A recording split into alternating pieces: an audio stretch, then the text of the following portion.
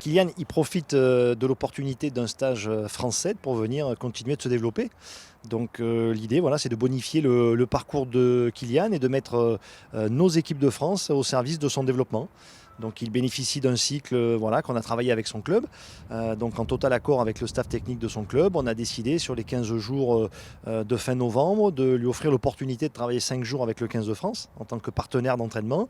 Et je crois que ça a été richement bénéfique. Et puis de venir ici une semaine complète en développement avec le 7 de France et ensuite de regagner son club. Donc je crois que c'est un parcours aménagé avec deux superbes expériences dans nos deux collectifs nationaux, du 7 et du 15 de France. Et je pense que c'est tout au bénéfice de l'évolution de Kylian. Agréablement surpris, on va dire, parce que c'est toujours du plus, c'est assez complémentaire du 15 pour pouvoir progresser physiquement et techniquement.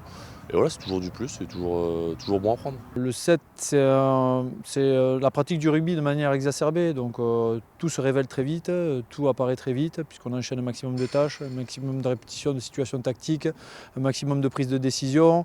Donc voilà, on obtient de suite beaucoup de choses en termes d'évaluation certes, mais aussi en termes de mise en progression du joueur sur une semaine comme l'on vit aujourd'hui.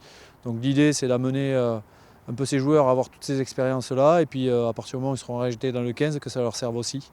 Voilà, et que ça nous permette de voir aussi s'il a le potentiel pour venir sur une compétition majeure avec nous. Voilà. Allez, un step, on travaille,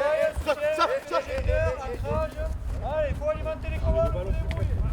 Au niveau physique, au niveau technique, ça nous permet de progresser largement. Puis on a des exemples comme JP Barra, comme Virimi Vakatawa qui ont explosé au 15 après. Dans cet environnement ultra sélectif du rugby à 7, on pense que ça va lui permettre de toucher du doigt ce degré d'exigence et que, évidemment, qu'il regagnera son club avec une motivation et puis des axes de travail forts.